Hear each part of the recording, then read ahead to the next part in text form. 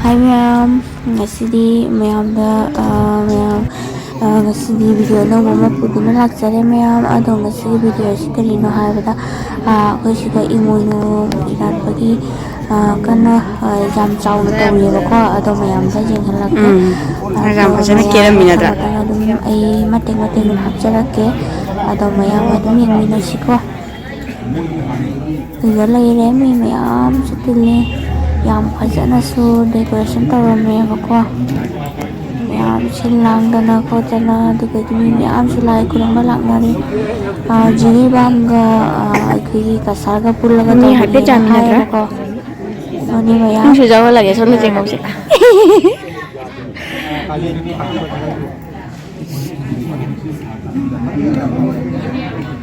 ꯑꯩꯒꯤꯁꯨ ꯊꯥꯡꯒꯠꯄꯅꯤ ꯊꯦꯡꯅꯗ꯭ꯔꯥ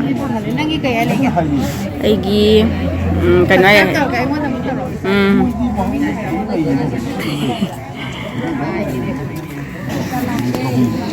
ꯁꯤ ꯑꯩꯈꯣꯏ ꯐꯝꯃꯤ ꯍꯧꯖꯤꯛ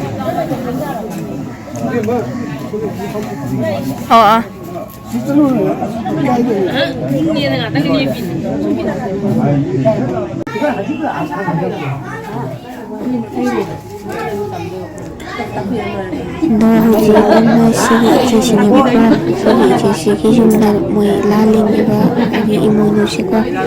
yam chauna ira ira limi moi siga ada sigi ichi masidi yam phaja thome ada mayam mathang dum yengmina siko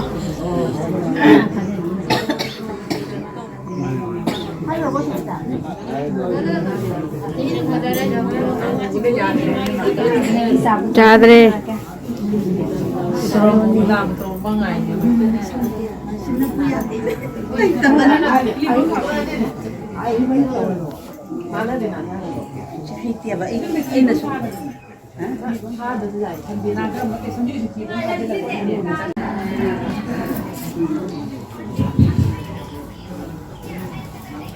Masih jaya pada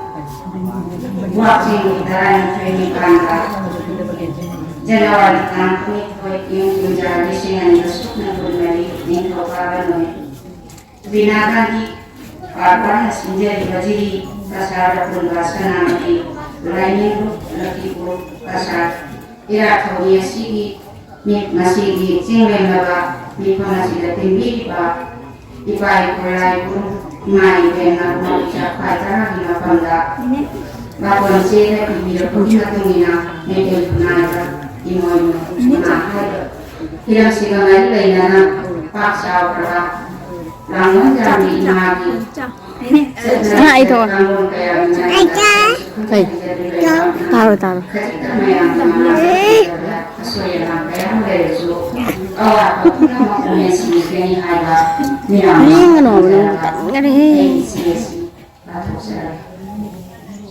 Kaya nga si Pato sa ito iba kasi ahan na tayo na ningkaw apay pati sana gimana mo yun na rin na kung sana Pusila ko na mamaga pisila mi mamana sa ruwa dudi mapanda lang si Ucho hayra padagi magsila pa matangko nila ang upang na jong ijang rin matatalang katki tungalang sa pangang kita na ayuk angan lagi matanda cek lakuan anjung tak tuang na tuna mahaki macin na cik tuna pura pa sana kudok jayoy badu thadaram laga sarung na te badu pudu na paikre sana jayoy ba kudok ki mga namong mamarang jayo ilang mata ba mga ladu pale mga kondol lay na urami mapari da hayrami pari dungo inong galang laba mga lasi katay da gino amaw na to yang geng lugada jong janglen na kapagi mga powder pa du urami pale mamaji yang aduna singoy jaki Pali mga popi imana ngali hari ka mga lasidi janglen jun tak tagi manyawi nasari wadu ta pada mamana ngat nakilani nahan makai dia sukui da banatam sida dia sunna mat sukoki dre mama gi jawadu ta pada anu pandana ina pali na hunjo so hai basalu macet adu nasana mansila pada gi kon thong malan ba ki badagi janglen jun tak ta hunga chaki madugi mga pedangani nasara ka jarulagi hairam laga anu pamba jum thak ka janglen na kakat na ko yang jeng budagi sarugi mahutta kudok jayo boy na layam le kudok kadu lok tak cara na mamaga lok thara kuna mamaga kai dai ma ngarang sekwa kwa na Tay bijang long. ꯖꯥꯡꯂꯦꯟ ꯈꯛꯇ ꯇꯣꯡꯂꯝꯕꯅꯤ ꯃꯍꯥꯛꯅ ꯁꯔꯨ ꯃꯇꯦꯛꯇꯨ ꯄꯨꯈ꯭ꯔꯒ ꯈꯨꯗꯣꯞ ꯑꯁꯤ ꯊꯝꯂꯝꯕ ꯑꯣꯏꯔꯝꯒꯅꯤ ꯈꯣꯝꯗꯣꯟ ꯂꯩꯃꯅ ꯈꯨꯗꯣꯞ ꯑꯗꯨ ꯎꯕꯃꯛꯇꯗ ꯃꯄꯥꯔꯤ ꯌꯦꯡꯗꯨꯅ ꯍꯥꯏꯔꯛꯏ ꯄꯥꯔꯤ ꯑꯁꯤꯗꯤ ꯀꯪꯂꯩ ꯅꯤꯡꯊꯧꯒꯤ ꯃꯇꯝ ꯀꯨꯏꯅ ꯃꯥꯡꯈ꯭ꯔꯕ ꯈꯨꯗꯣꯞꯅꯤ ꯍꯌꯦꯡ ꯅꯣꯡꯉꯥꯟꯕꯒ ꯑꯌꯨꯛ ꯑꯉꯟꯕꯗ ꯏꯃꯥ ꯏꯆꯥ ꯆꯠꯇꯨꯅ ꯅꯤꯡꯊꯧꯗ ꯀꯠꯂꯨꯁꯤ ꯋꯥꯇꯥꯅꯈꯤ ꯅꯤꯡꯊꯧꯒꯤ ꯁꯅꯥꯖꯥꯏ ꯑꯣꯏꯕ ꯈꯨꯗꯣꯞ ꯑꯁꯤ ꯃꯥꯡꯈꯤꯕꯒꯤꯗꯃꯛꯇ ꯅꯤꯡꯊꯧꯅ ꯂꯩꯕꯥꯛ ꯄꯨꯟꯖꯥꯎ ꯊꯤꯟꯅ ꯄꯥꯎ ꯆꯦꯟꯈ꯭ꯔꯕꯅꯤ ꯃꯃꯥꯡꯗ ꯅꯨꯄꯤ ꯑꯣꯏꯔꯦ ꯂꯩꯃꯁꯤꯡꯗ ꯆꯟꯒꯅꯤ ꯅꯤꯄꯥ ꯑꯣꯏꯔꯦ ꯂꯩꯄꯥꯛ ꯇꯪꯈꯥꯏ ꯄꯤꯒꯅꯤ ꯅꯠꯇ꯭ꯔꯒ ꯅꯤꯡꯊꯧ ꯁꯤꯡꯍꯥꯁꯟ ꯄꯤꯒꯅꯤ ꯃꯗꯨꯒꯤ ꯄꯥꯎ ꯑꯗꯨ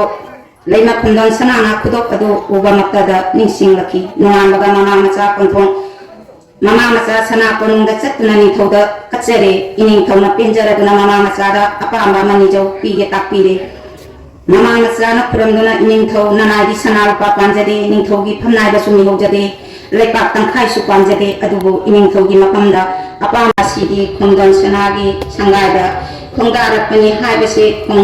ꯈꯣꯡꯗꯣꯟ ꯁꯅꯥꯅ ꯈꯪꯂꯝꯃꯤ ꯃꯄꯥꯔꯤ ꯂꯤꯛꯂꯥꯏꯅ ꯄꯧꯔꯣꯟ ꯁꯠꯇꯨꯅ ꯍꯥꯡꯗꯣꯛꯂꯨꯕꯗ ꯂꯥꯏꯔꯦꯝꯕꯤ ꯏꯃꯣꯏꯅꯨ ꯆꯪꯂꯛꯂꯝꯃꯤ ꯁꯅꯥ ꯈꯣꯡꯗꯣꯟ ꯂꯩꯃꯅ ꯏꯇꯥ ꯏꯕꯦꯝꯃ ꯐꯤꯗꯥ ꯑꯁꯤꯗ ꯐꯝꯕꯤꯌꯨ ꯈꯣꯡꯗꯣꯟ ꯂꯩꯃ ꯂꯥꯏꯔꯦꯝꯕꯤ ꯏꯃꯥ ꯂꯥꯡꯒꯣꯟꯖꯥꯝꯕꯤ ꯏꯃꯣꯏꯅꯨꯅꯤ ꯍꯥꯏꯕꯁꯤ ꯈꯣꯡꯗꯣꯟ ꯁꯅꯥꯗꯤ ꯈꯪꯂꯝꯃꯤ ꯏꯇꯥ ꯉꯥꯏꯍꯥꯛꯇꯪ ꯂꯩꯕꯤꯔꯝꯃꯨꯀꯣ ꯑꯩꯍꯥꯛꯅ ꯂꯥꯛꯇ꯭ꯔꯤ ꯐꯥꯎꯕꯗꯤ ꯏꯆꯥꯕꯨ ꯊꯥꯗꯣꯛꯄꯤꯗꯨꯅ ꯂꯩꯔꯝꯒꯦ ꯍꯥꯏꯅ ꯋꯥꯁꯛꯄꯤꯌꯨ ꯍꯥꯏꯔꯛꯄꯗꯒꯤ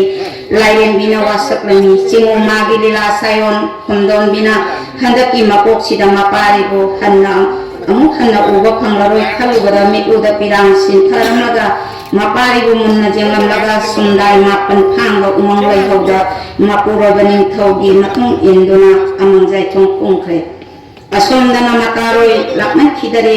ꯀꯔꯤ ꯇꯧꯈ꯭ꯔꯕꯅꯣ ꯍꯥꯏꯅ ꯏꯃꯣꯏꯅꯨ ꯏꯃꯥ ꯂꯥꯏꯔꯦꯝꯕꯤꯅ ꯃꯄꯨꯛꯅꯤꯡꯗ ꯆꯤꯡꯅꯔꯝꯃꯤ ꯂꯥꯏꯔꯦꯝꯕꯤꯅ ꯅꯨꯡꯂꯣꯟꯗ ꯍꯤꯔꯤ ꯆꯤꯡꯗꯨꯅ ꯌꯦꯡꯕꯗ ꯊꯋꯥꯏ ꯌꯥꯎꯗ꯭ꯔꯕ ꯁꯅꯥ ꯈꯣꯡꯗꯣꯟꯒꯤ ꯍꯛꯆꯥꯡꯅ ꯂꯩꯅꯥꯏꯗ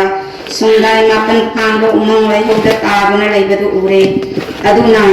ꯑꯩꯅ ꯏꯇꯥꯒꯤ ꯃꯐꯝꯗ ꯋꯥꯁꯛꯈ꯭ꯔꯕꯅꯤꯅ ꯄꯥꯔꯤ ꯂꯤꯛꯂꯥꯏ ꯑꯉꯧ ꯄꯥꯟꯕꯕꯨ ꯁꯥꯔꯦꯞ ꯐꯥꯅꯕ ꯖꯨꯝꯂꯦꯟ ꯇꯞꯇ꯭ꯔꯤ ꯐꯥꯎꯕꯗꯤ ꯅꯥꯎꯀꯣꯟꯕ ꯇꯥꯔꯦ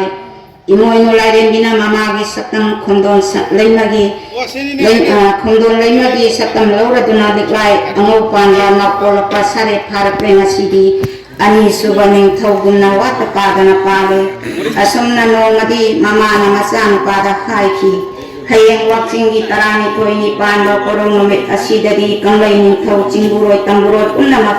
ꯏꯃꯥ ꯏꯆꯥꯅ ꯆꯥꯛ ꯈꯥꯡꯕ ꯇꯥꯔꯦ ꯄꯧꯊꯥꯡ ꯖꯥꯊꯪ ꯄꯤꯔꯛꯂꯦ ꯏꯃꯣꯏꯅꯨ ꯏꯃꯥ ꯑꯄꯣꯡꯕꯤ ꯂꯥꯡꯒꯣꯟꯖꯥꯝꯕꯤ ꯂꯥꯡꯒꯣꯟ ꯂꯣꯏꯁꯤꯜꯂꯒꯦ ꯈꯜꯂꯛꯂꯦ ꯃꯆꯥ ꯂꯤꯛꯂꯥꯏ ꯑꯉꯧ ꯄꯥꯟꯕꯗ ꯅꯤꯡꯊꯧ ꯈꯣꯟ ꯁꯤꯟꯅꯔꯝꯂꯒ ꯑꯍꯣꯡꯕꯤ ꯈꯣꯡꯁꯥꯜꯂꯒꯦ ꯅꯤꯡꯂꯛꯂꯦ ꯂꯤꯛꯂꯥꯏ ꯑꯉꯧ ꯄꯥꯟꯕ ꯁꯅꯥ ꯀꯣꯅꯨꯡꯗ ꯆꯠꯇꯨꯅ ꯃꯃꯥꯒꯤ ꯖꯥꯊꯪ ꯃꯇꯨꯡ ꯏꯟꯗꯨꯅ ꯅꯤꯡꯊꯧꯗ ꯍꯥꯏꯖꯔꯨꯔꯦ ꯅꯤꯡꯊꯧ ꯑꯃꯗꯤ ꯆꯤꯡꯕꯨꯔꯣꯏ ꯇꯝꯕꯨꯔꯣꯏ ꯍꯔꯥꯎ ꯍꯔꯥꯎꯅ ꯖꯥꯕꯤꯔꯛꯂꯦ ꯅꯣꯡꯉꯥꯟꯕꯒ ꯂꯥꯏꯔꯦꯝꯕꯤ ꯏꯃꯥ ꯏꯃꯣꯏꯅꯨꯅ ꯃꯊꯦꯜ ꯆꯥꯝꯃ ꯂꯥꯡꯗꯨꯅ ꯆꯥꯂꯨꯛ ꯃꯁꯤꯡ ꯂꯥꯛꯃꯟꯗꯅ ꯂꯥꯡꯖꯈꯤ ꯑꯉꯛꯄꯒꯤ ꯃꯁꯛ ꯑꯣꯏꯈ꯭ꯔꯦ ꯅꯤꯡꯊꯧ ꯁꯅꯥ ꯈꯣꯡꯗꯣꯏꯔꯛꯂꯦ ꯆꯤꯡꯕꯨꯔꯣꯏ ꯇꯝꯕꯨꯔꯣꯏ ꯁꯨꯅ ꯇꯤꯟꯈ꯭ꯔꯦ ꯃꯇꯧꯁꯤ ꯎꯕꯗ ꯅꯤꯡꯊꯧꯅ ꯑꯉꯛꯄ ꯑꯣꯏꯅ ꯊꯣꯛꯈ꯭ꯔꯦ ꯇꯔꯥ ꯆꯥꯛꯂꯦꯟ ꯆꯥꯕ ꯂꯣꯏꯔꯒ ꯀꯪꯂꯩ ꯅꯤꯡꯊꯧꯅ ꯂꯤꯛꯂꯥꯏ ꯑꯉꯧ ꯄꯥꯟꯕꯕꯨ ꯀꯧꯁꯤꯜꯂꯒ ꯄꯥꯔꯤꯕꯨꯡꯉꯣ ꯅꯪꯕꯨ ꯀꯅꯥꯅꯣ ꯑꯅꯤꯁꯨꯕ ꯅꯤꯡꯊꯧꯒꯨꯝꯅ ꯂꯩꯔꯤꯕꯁꯤ ꯎꯕꯗ ꯏꯄꯥ ꯄꯦꯜꯂꯦ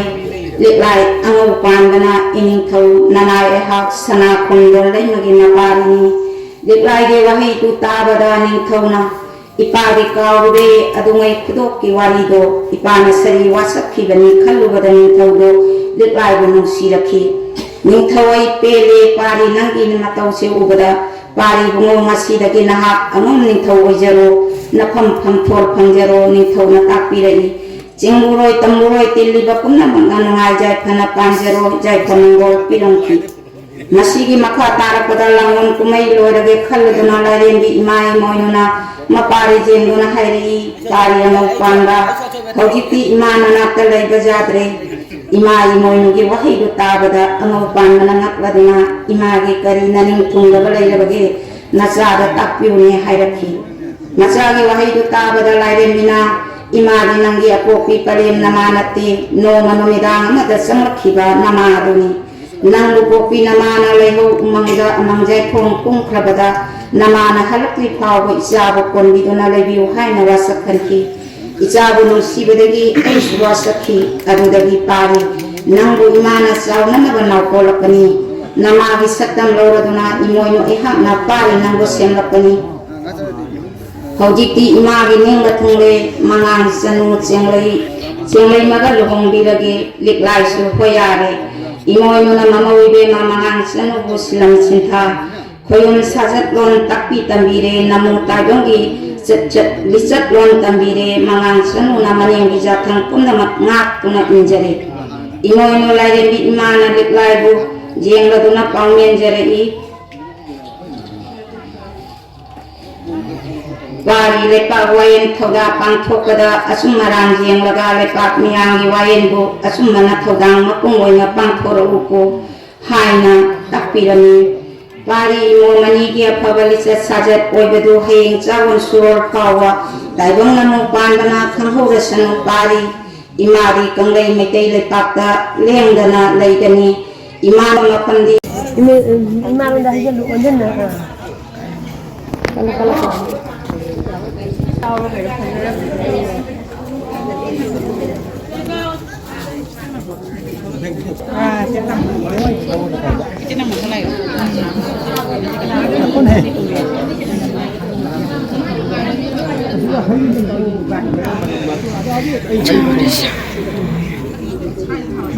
mesin ke pengen set. Saya sepi yang tadi.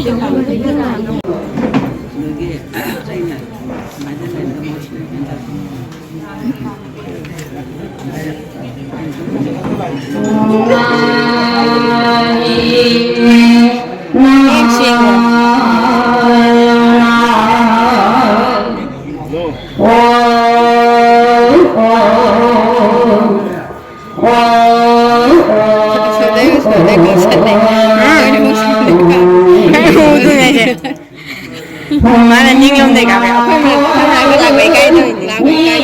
tu. Mana main thằng này vậy?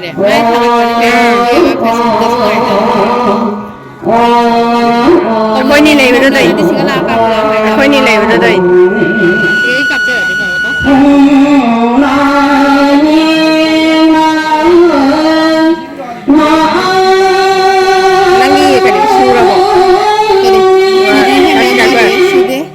Ay phone nó tầng đầu đấy, năng gì đi, subscriber đi chùa đấy chứ, đây đi chùa đấy phở này, à tôi chưa làm gì mà watch time rồi năng du, rồi như có hôm nào live có thảo, mấy đi live có thảo, mấy đi cái thằng ngầm đi, ay adu na su đấy, mà chỉ lại chứ, đã đủ cái thằng này với thằng đẹp, mấy đi cái thằng tao bay đi ngay cơ, bây giờ mới mình bắt đầu bây giờ đi quay video đẹp cái season này. Lo kayo naman din. Nang hindi watch time. Watch time ay yung kaganda rin mahulog na video talaga nila down sa kare. Yung down sa kare.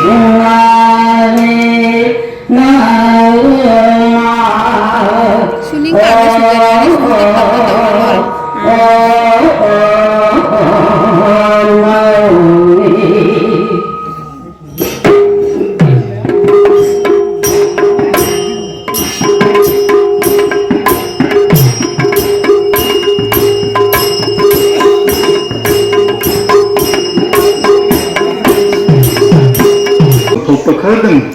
Karena cak thùng bagi,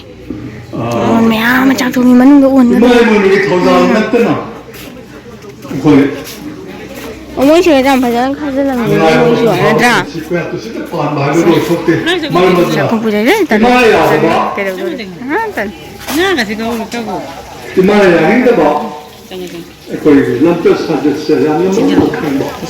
Và mình mất cái đó. Những cái gì mà đại đấy. Mai mình làm. Ra đấy cái. Coi là.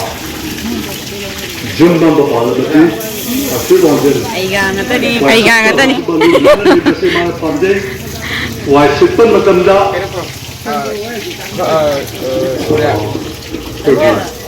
Ini kau memang kau jadi sulit lagi. Cak lama mbak. Lagi.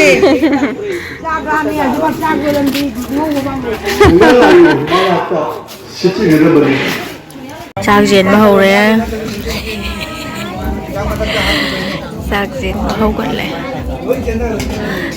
ꯁꯤꯒꯇ ꯅꯠꯇꯦ ꯁꯣꯝꯗꯁꯨ ꯊꯥꯏꯌꯦꯕ ꯖꯨꯝ ꯑꯅꯤ ꯊꯣꯛꯅ ꯊꯥꯔꯦ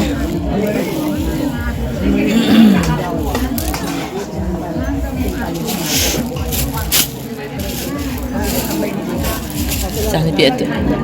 ꯆꯥꯛ ꯆꯥꯕꯒꯤ ꯐꯝꯅꯔꯦ ꯃꯌꯥꯝ